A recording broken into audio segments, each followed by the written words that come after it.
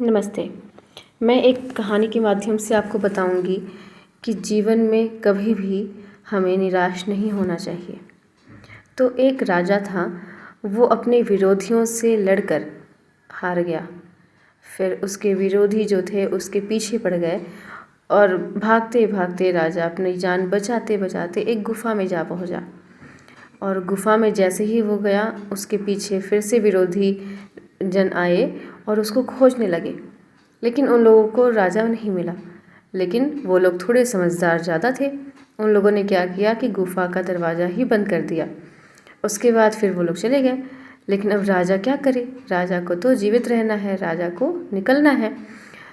वो सोचा कि अब तो मैं मर जाऊंगा, और वो निराश हो गया। लेकिन जैसे ही वो निराश हुआ, उसको अपनी माँ की समझाई हुई एक सीख याद आई।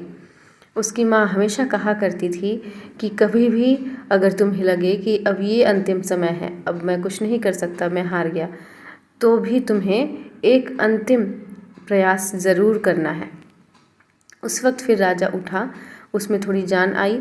उसने क्या किया कि जाकर जो दरवाज़ा उसने बंद किया था, वो पत्थरों से बंद किया था, उसने प्रयास किया, धीमे धीमे पत्थर हटाए और वो रास्ता खुल गया। वो उस रास्ते से निकल गया।